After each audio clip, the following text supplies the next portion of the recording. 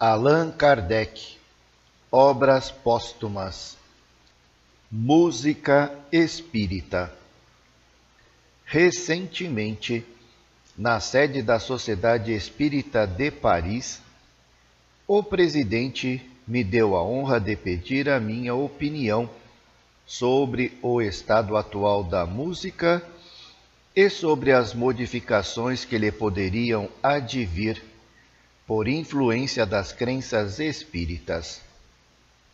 Se, de pronto, não cedi a esse apelo benévolo e simpático, foi, crede-o, meus senhores, por uma causa de ordem superior. Os músicos são homens como os outros, mais homens talvez, e nessas condições, falíveis e sujeitos a pecar. Nunca estive isento de fraquezas e, se Deus me fez longa a vida, a fim de que eu tivesse tempo de me arrepender, a embriaguez do êxito, a complacência dos amigos e as lisonjas dos cortejadores, muitas vezes me tiraram o meio de efetivar esse arrependimento. Um maestro é uma potência neste mundo, onde o prazer desempenha tão importante papel. Aquele cuja arte consiste em deleitar os ouvidos e enternecer os corações, muitas ciladas se lhe armam diante dos passos, nas quais cai o infeliz. Ele se inebria da ebriez dos outros. Os aplausos lhe tapam as ouças e ei-lo a caminhar direto para o abismo, sem procurar um ponto de apoio para resistir ao arrastamento. Entretanto, sem embargo dos meus erros, eu depositava a fé em Deus. Eu cria na alma que vibrava em mim e, libertando-se da gaiola sonora, ela presto se reconheceu em meio das harmonias da criação e confundiu sua prece com as que se elevam da natureza ao infinito, da criação ao ser incriado. Sou feliz pelo sentimento que a minha vinda ao seio dos espíritas provocou, porque foi a simpatia que o determinou. E, se a princípio só a curiosidade me atraiu, é ao meu reconhecimento que devereis a explanação do tema que me propuseram. Eu ali estava, pronto a falar, supondo tudo saber, quando, abatido o meu orgulho, a minha ignorância se me patenteou. Fiquei mudo e a escutar. Voltei, instruí-me, e quando as palavras de verdade, ditas pelos vossos mentores, se juntaram à reflexão e à meditação, disse eu de mim para comigo: o grande maestro Rossini, o criador de tantas obras-primas, segundo os homens, nada mais fez do que debulhar algumas das pérolas menos perfeitas do escrínio musical criado pelo mestre dos mestres. Rossini reuniu notas, compôs melodias, bebeu da taça que contém todas as harmonias, roubou algumas centelhas ao fogo sagrado. Mas esse fogo sagrado, nem ele, nem outros o criaram. Nada inventamos. Copiamos do grande livro da natureza e a multidão aplaude quando não apresentamos por demais deformada a partitura. Uma dissertação sobre a música celeste. Quem poderia de tal coisa encarregar-se? Que espírito sobre-humano poderia fazer vibrar a matéria em uníssono com essa arte encantadora? Que cérebro humano, que espírito encarnado poderia apanhar-lhe os matizes infinitamente variados? Quem possui a esse ponto o sentimento da harmonia? Não, o homem não está feito em tais condições. Mais tarde, muito mais tarde. Por agora, virei, talvez dentro em pouco, satisfazer o vosso desejo e dar-vos a minha apreciação sobre o estado atual da música e dizer-vos das transformações, dos progressos que o Espiritismo poderá fazer que ela experimente. Hoje é ainda muitíssimo cedo. O assunto é vasto, já o estudei, mas ele ainda me excede. Quando dele me houver assenhoreado, se isso for possível, ou, melhor, quando eu haja entrevisto tanto quanto o estado de meu espírito me permitir, eu vos satisfarei. Um pouco mais de tempo. Se somente um músico pode falar da música do futuro, deve fazê-lo como mestre, e Rossini não quer falar dela como um escolar. Rossini, Médium Desliens. Foi explicado o silêncio que guardei sobre a questão que o mestre da doutrina espírita me propôs.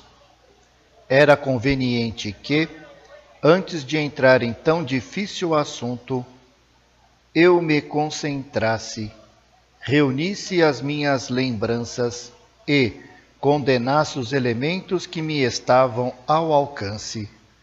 Não me cabia estudar a música, tinha apenas de classificar com método os argumentos, a fim de apresentar um resumo capaz de dar ideia da minha concepção da harmonia.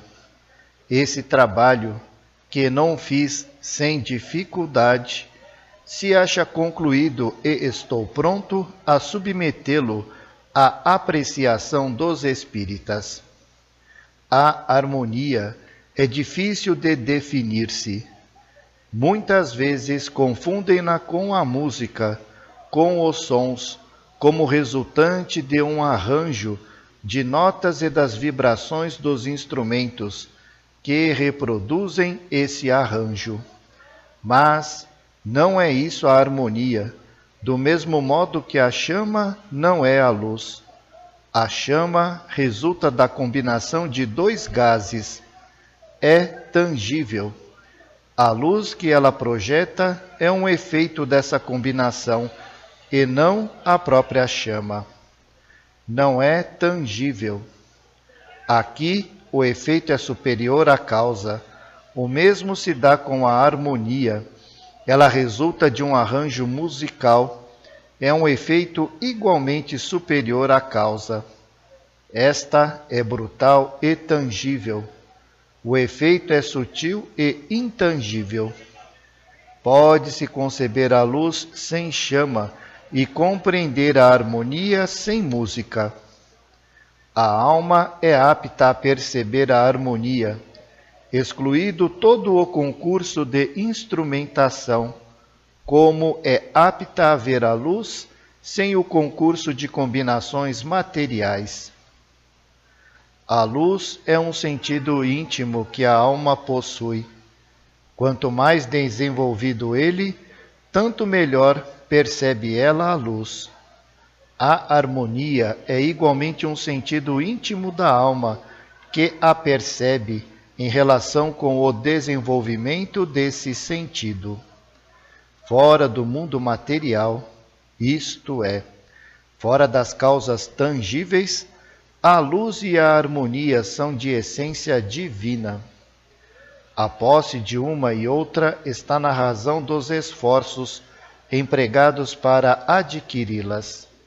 Se comparo a luz e a harmonia, é para me fazer mais bem compreendido, e também porque esses dois sublimes gozos da alma são filhos de Deus e, portanto, irmãos.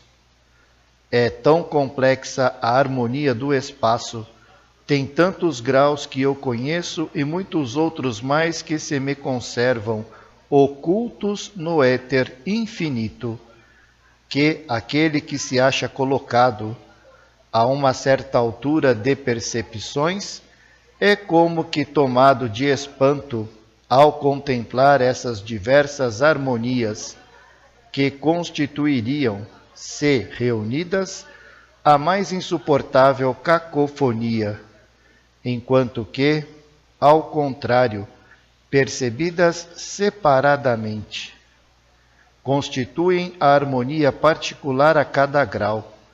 Nos graus inferiores, essas harmonias são elementares e grosseiras, levam ao êxtase nos graus superiores. Tal harmonia que choca um espírito de percepções sutis, encanta um outro de percepções grosseiras e, quando é dado ao espírito inferior deleitar-se com os encantos das harmonias superiores, o êxtase o arrebata e a prece lhe penetra o íntimo. O encantamento o transporta às elevadas esferas do mundo moral. Ele entra a viver uma vida superior à sua e assim desejar continuar a viver para sempre. Mas, desde que a harmonia deixe de penetrá-lo, ele desperta ou, se o preferirem, adormece. Em todo caso, volta à realidade da sua situação e dos lamentos que lhe escapam por haver descido. Se exala uma prece ao Eterno a pedir-lhe forças para de novo subir. Aí tem ele um grande motivo de emulação. Não tentarei explicar os efeitos musicais que o espírito produz, atuando sobre o éter. O que é certo é que o espírito produz os sons que queira e que não pode querer o que não sabe.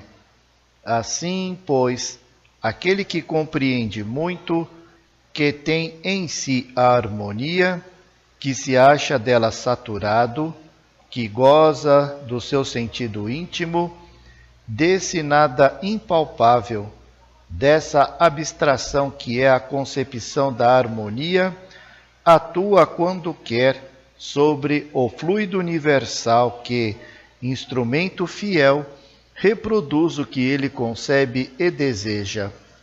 O éter vibra sob a ação da vontade do espírito. A harmonia que este último traz em si concretiza-se, por assim dizer, evola-se, doce e suave, como o perfume da violeta, ou ruge como a tempestade, ou estala como o raio, ou solta queixumes como a brisa. É rápida qual relâmpago, ou lenta como a neblina. Tem os despedaçamentos de um soluço, ou é contínua como a relva. É precipitada qual catarata, ou calma como um lago. Murmura como um regato, ou ronca como uma torrente. Ora, apresenta a rudeza agreste das montanhas, ora a frescura de um oásis.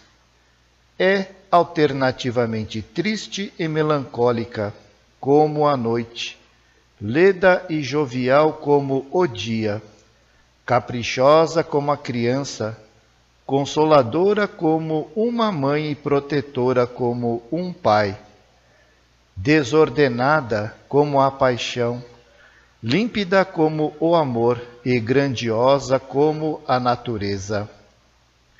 Quando chega a este último terreno, confunde-se com a prece, glorifica a Deus e leva ao arroubamento aquele mesmo que a produz ou a concebe. Ó comparação, comparação, por que havemos de ser obrigados a servir-nos de ti? Porque havemos de dobrar-nos à necessidade degradante de buscar, de tomar de empréstimo a natureza tangível imagens grosseiras, para fazermos compreensível a sublime harmonia em que o Espírito se deleita.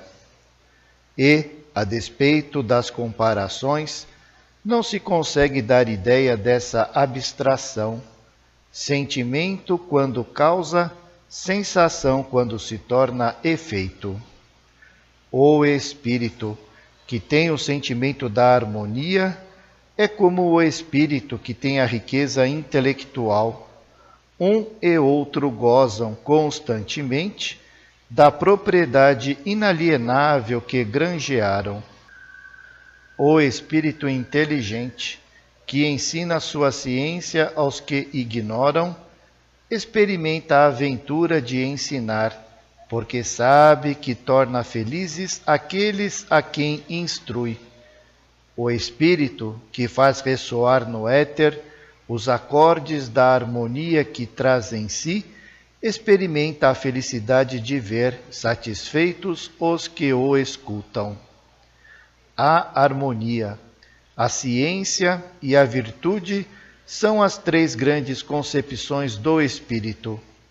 A primeira o arrebata, a segunda o esclarece, a terceira o eleva. Possuídas em toda a plenitude, elas se confundem e constituem a pureza. Ó espíritos puros que as possuís, desceis as nossas trevas e iluminai a nossa caminhada. Mostrai-nos a estrada que tomastes, a fim de que sigamos as vossas pegadas. Quando penso que esses espíritos, cuja existência mal posso compreender, são seres finitos, átomos em face do eterno Senhor do Universo, a minha razão se confunde ao cogitar da grandeza de Deus e da bem-aventurança infinita, de que Ele goza em si mesmo, pelo só fato de ser infinita a sua pureza, pois que tudo o que a criatura adquire não é mais que uma parcela do que emana do Criador. Ora, se a parcela chega a fascinar pela vontade, a cativar e a deslumbrar pela suavidade, a resplandecer pela virtude, que não produzirá a fonte eterna e infinita, donde provém a criatura? Se o espírito, ser criado, chega a extrair da sua pureza tanta felicidade, que ideia se há de ter da que o Criador tira da sua pureza absoluta? Problema eterno. O compositor, que concebe a harmonia, a traduz na grosseira linguagem chamada música, concreta a sua ideia e a escreve. O artista aprende a forma e escolhe o instrumento que lhe permita exprimir a ideia. Acionado pelo instrumento, o ar a transporta ao ouvido do ouvinte e o ouvido a transmite à alma. Mas o compositor foi impotente para expressar inteiramente a harmonia que concebera, por falta de uma língua apropriada.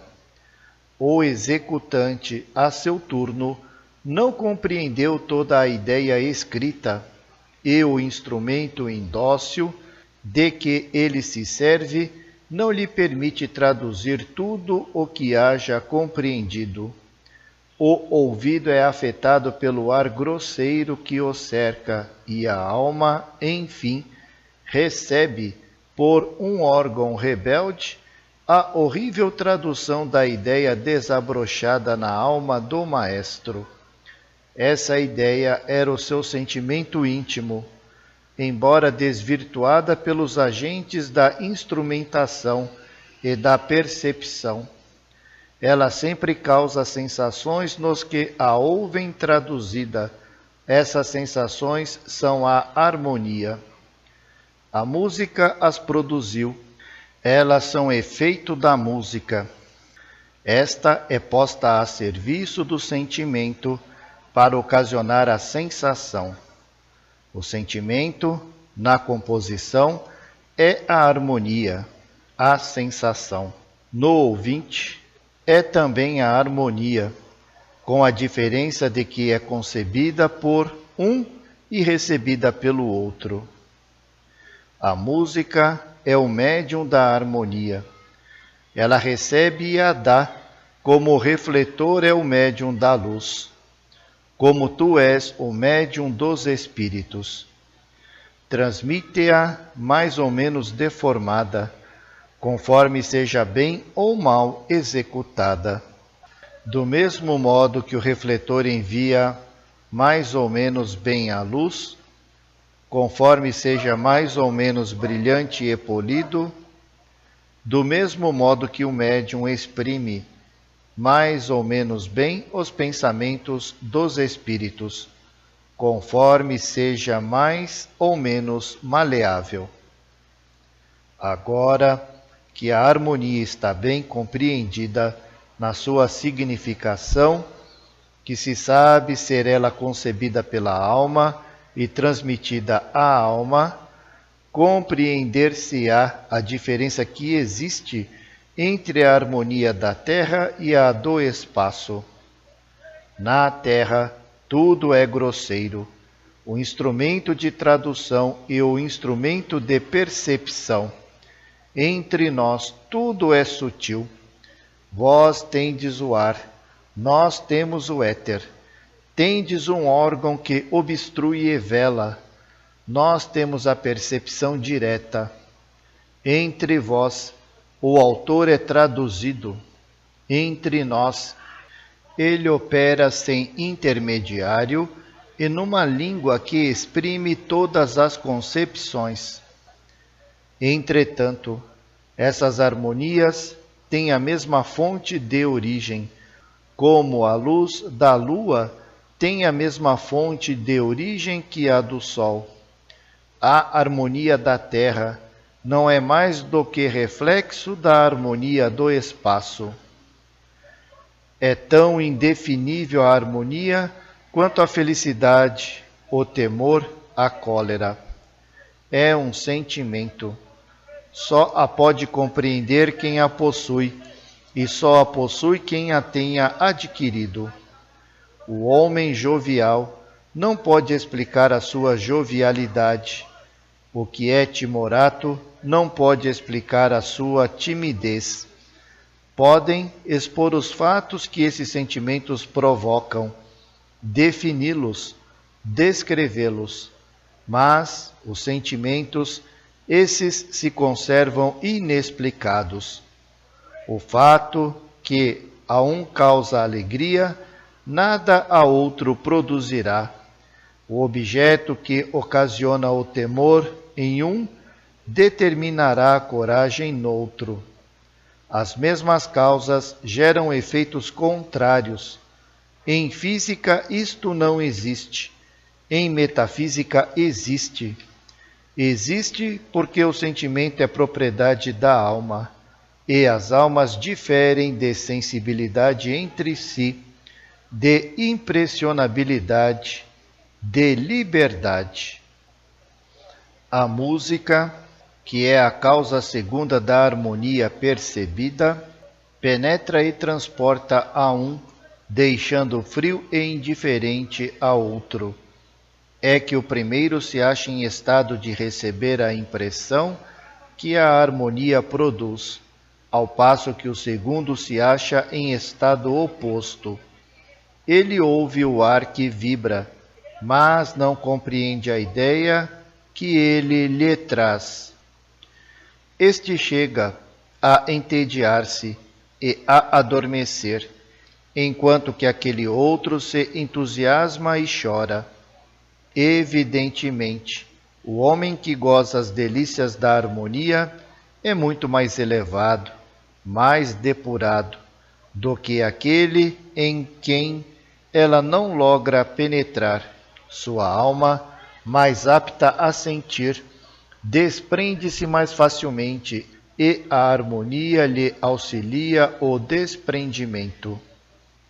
Transporta-a e lhe permite ver melhor o mundo moral.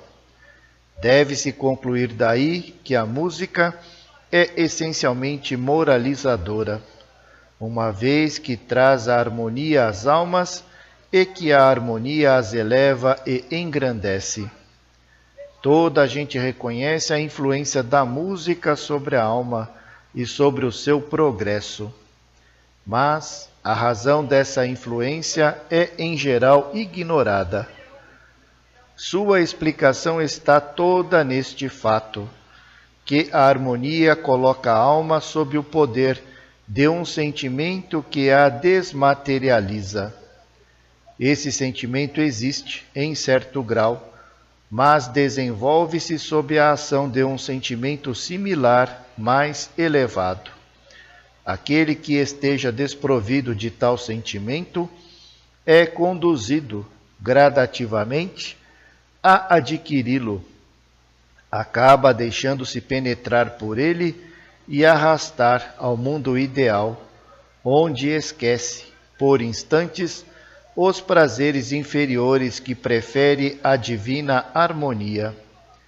Agora, se considerarmos que a harmonia sai do concerto do espírito, deduziremos que a música exerce salutar influência sobre a alma, e a alma que a concebe também exerce influência sobre a música. A alma virtuosa, que nutre a paixão do bem, do belo, do grandioso e que adquiriu harmonia, produzirá obras-primas capazes de penetrar as mais endurecidas almas, de comovê-las. Se o compositor é terra a terra, como poderá exprimir a virtude de que desdenha, o belo que ignora e o grandioso que não compreende? Suas composições refletirão seus gostos sensuais, sua leviandade, sua negligência. Serão ora silenciosas, ora obscenas, ora cômicas, ora burlescas. Comunicarão aos ouvintes os sentimentos que exprimirem e os perverterão, em vez de melhorá-los. O Espiritismo, com o moralizar os homens, exercerá, pois, grande influência sobre a música. Produzirá mais compositores virtuosos que transfundirão suas virtudes ao fazerem ouvidas suas composições. Rir-se-á menos, chorar-se-á mais, a hilaridade cederá lugar à emoção, a fealdade à beleza e o cômico à grandiosidade. Por outro lado, os ouvintes que o Espiritismo dispuser a receber facilmente a harmonia gozarão, ouvindo a música séria, de verdadeiro encanto. Desprezarão a música frívola e licenciosa que seduz as massas. Quando o grotesco e o obsceno forem varridos pelo belo e pelo bem, desaparecerão os compositores daquela ordem, porquanto, sem ouvintes, nada ganharão, e é para ganhar que eles se emporcalham. Oh, sim, o Espiritismo terá influência sobre a música. Como poderia não ser assim? Seu advento transformará a arte, depurando-a. Sua origem é divina. Sua força o levará a toda parte onde haja homens para amar, para elevar-se e para compreender. ele se tornará o ideal e o objetivo dos artistas.